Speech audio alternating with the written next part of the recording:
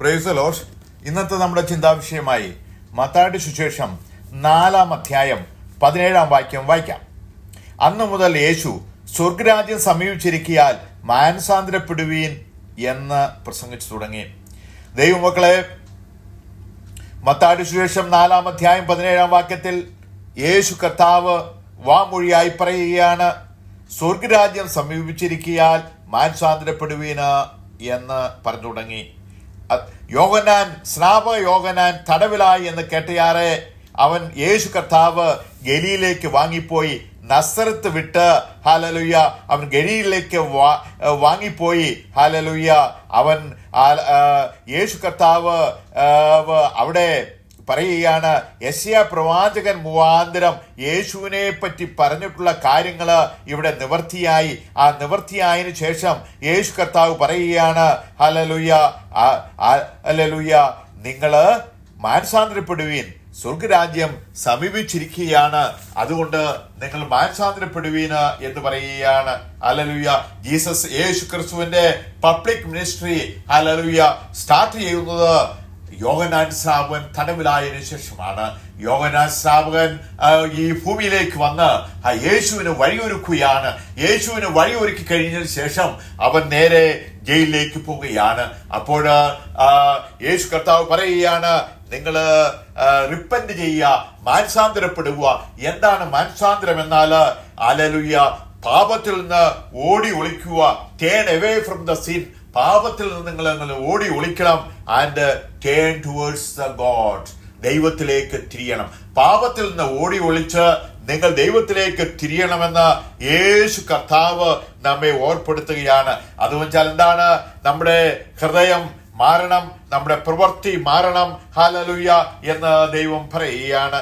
Hallelujah. ദൈവരാജ്യം നമ്മുടെ കയ്യിലാണ് ഇരിക്കുന്നത്. Is at the hand and go. ദൈവത്തിന്റെ നിയമം ഉടൻ തന്നെ വരുമെന്ന് യേശു കർത്താവ് നമ്മെ ഓർപ്പെടുകയാണ്. അല്ലല്ലോ, യേശു ദൈവരാജ്യം സമീപിച്ചിരിക്കുന്നു. അത് വളരെ അകലെയല്ല, ദൈവരാജ്യം സമീപിച്ചിരിക്കുകയാണ്. യേശു വരാൻ കാലമായി എന്ന് ദൈവം ഓർമ്മപ്പെടുത്തുകയാണ്. അതുകൊണ്ട് നമ്മൾ പെട്ടെന്ന് തന്നെ നമ്മൾ എന്തു ചെയ്യണം? ഹല്ലേലൂയ, നമ്മൾ മാനസാന്തരപ്പെടണം.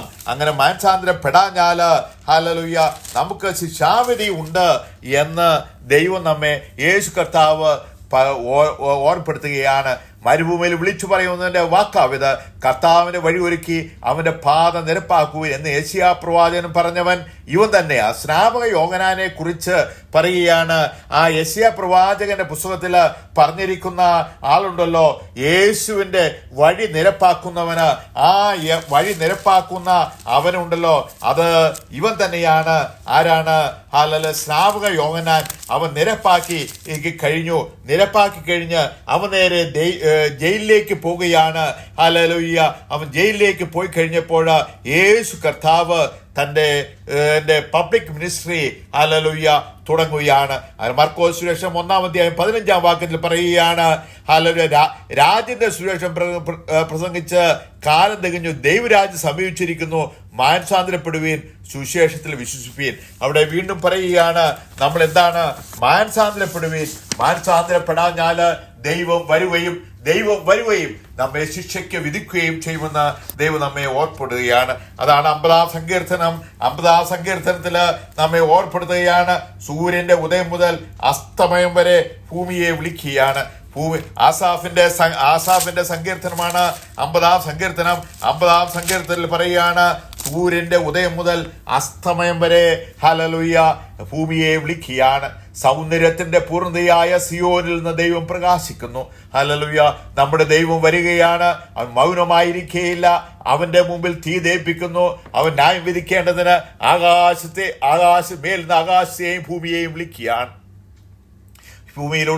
ഭൂമിയിൽ മരിച്ച ആളുകള്, ആകാശത്ത് മരിച്ച ആളുകള്, സമുദ്രത്തിൽ മരിച്ച ആളുകളെല്ലാം അവൻ ന്യായം വിധിക്കുന്ന ഒരു ദിവസമുണ്ട്. ഹല്ലേലൂയ. അതുകൊണ്ട് ആസാഫ് തന്റെ സംഗീതത്തിൽ പറയുകയാണ്, ദൈവത്തെ മറക്കുന്നവരെ ഓർത്തുകൊള്ളുവീൻ, ഞാൻ നിങ്ങളെ കിരിക്കളയും, വിടിയിപ്പാൻ ആരും ഉണ്ടാകുകയില്ല.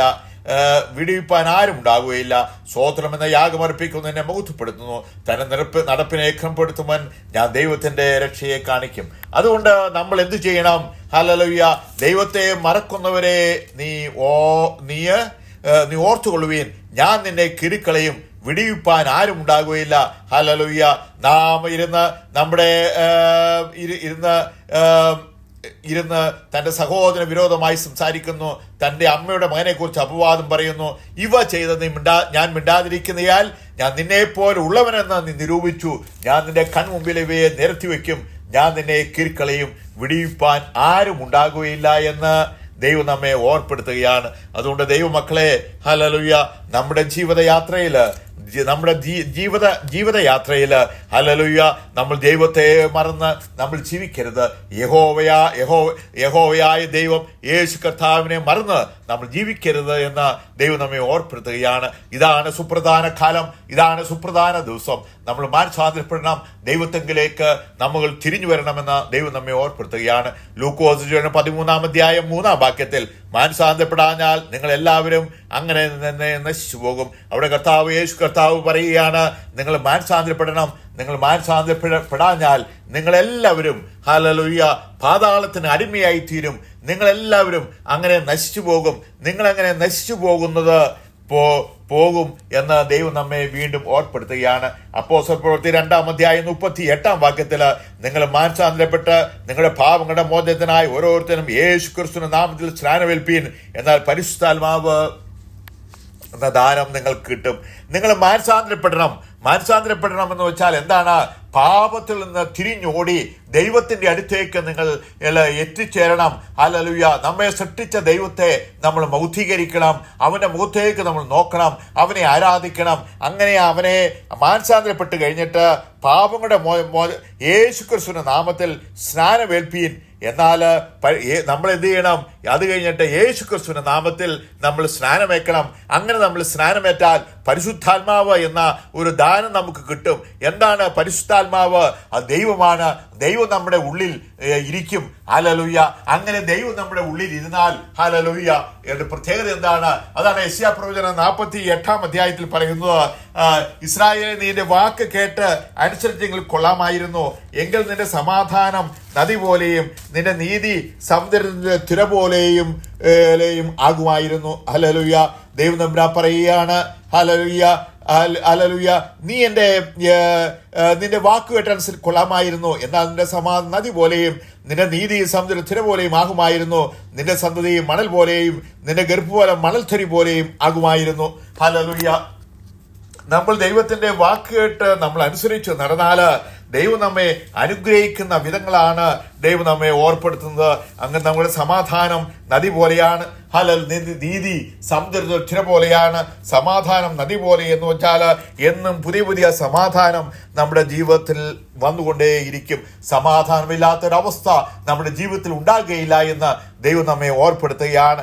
റോമാലയം 2-ാം-4 ദൈവത്തിന്റെ ദയ നിന്നെ മാനസാന്തരത്തിലേക്ക് നടത്തുന്നു എന്ന് അറിയാത്തത് നീ അവരുടെ ദയ, ക്ഷമ, ദീർഘക്ഷമ എന്നിവിടെ ഐശ്വര്യം നിരസിക്കുന്നുവോ? ദൈവത്തിന്റെ ദയയാണ് നമ്മെ മാനസാന്തരത്തിലേക്ക് നടത്തുന്നത്. ദൈവത്തിന്റെ ദയയാണ് നമ്മളെ മാനസാന്തരത്തിലേക്ക് നടത്തുന്നത്. അവന്റെ കൃപയാണ്. ഹല്ലേലൂയ. അതുകൊണ്ടാണ് റോമാലേഖനത്തില് അപ്പോസ്തലനായ പൗലോസ് പറയുകയാണ്, ഹല്ലേലൂയ, കാട്ടൊലുവായിരുന്ന നമ്മെ നല്ല ഒലിവിനോട് ഒട്ടിച്ചു ചേർന്ന് ഫലപ്രദമായ ഒലിവിന്റെ വേരിന് നമ്മളെ അവകാശിയാക്കി. നമുക്ക് ഇതിന് മകനെന്ന് വിളിക്കുവാൻ ഒരവകാശം ഉണ്ടായിരുന്നില്ല. യഹൂദനല്ല നമ്മൾ ജാതികളാണ്. അതുകൊണ്ട് നല്ല ഒലിവിനെ വെട്ടിക്കളഞ്ഞിട്ട് സ്വന്തം മക്കളെ വീട്ടിൽ നിന്ന് പുറത്താക്കിയിട്ട് ഹല്ലേലൂയ ജാതിയായ നമ്മെ പിടിച്ച് ആ നല്ല ഒലിവിനോട് ഒട്ടിച്ചു ചേർത്ത് ബട്ട് ചെയ്തിരിക്കുകയാണ്. അതുകൊണ്ട് നമ്മൾ എന്ത് ചെയ്യണം? ഞെളിയാതെ ഹല്ലേലൂയ ദൈവത്തോട് നമ്മൾ ചേർന്ന് ജീവിക്കണമെന്ന് അപ്പോസ്തലനായ പൗലോസ് നമ്മെ ഓർപ്പെടുത്തുകയാണ്. കുറിവാക്യത്തിലേക്ക് വരാം. 4-ാം-അധ്യായം, മത്തായിയുടെ സുവിശേഷം 4-ാം-അധ്യായം 17-ാം അന്ന് മുതൽ യേശു സ്വർഗ്ഗരാജ്യം സമീപിച്ചിരിക്കാൻ മാനസാന്തരപ്പെടുവീനെന്ന് പ്രസംഗിച്ചു തുടങ്ങി. അതുകൊണ്ട് ദൈവമക്കളെ, നമ്മൾ സ്വർഗ്ഗരാജ്യം യേശു ഇന്ന് വരും, നാളെ വരും. എപ്പോൾ വരുന്നു എന്ന് നമുക്കറിയില്ല. വചനം പറയുന്നത് അവൻ കള്ളനെ പോലെ വരും, അവർ എപ്പോൾ വരുന്നു എന്ന് നമ്മൾക്കറിയില്ല. അതുകൊണ്ട് നമ്മൾ ഒരുങ്ങിയിരിക്കണം. ആ 10 കന്യകമാര് അവർ 5 പേര് എണ്ണയുമായി ഒടുങ്ങിയിരുന്നു, 5 പേരോ തള്ളപ്പെട്ടു, 5 പേര് അകത്ത് പ്രവേശിച്ചു. അതുകൊണ്ട് ദൈവമക്കളെ, നമ്മുടെ ജീവിത യാത്രയിൽ നമ്മൾ എപ്പോഴും ഒരുങ്ങിയിരിക്കണമെന്ന് ദൈവം നമ്മെ ഓർപ്പെടുത്തുകയാണ്. ഈ വചനങ്ങളാൽ പിതാവിന്റെയും പുത്രന്റെയും പരിശുദ്ധാത്മാവിന്റെ നാമത്താൽ ഞാൻ എല്ലാവരെയും അനുഗ്രഹിക്കുന്നു. ദൈവം അങ്ങനെ ചെയ്തിരിക്കുന്നതായി സ്തോത്രം. യേശുവിന്റെ നാമത്തിൽ കർത്താവേ, ആമേൻ.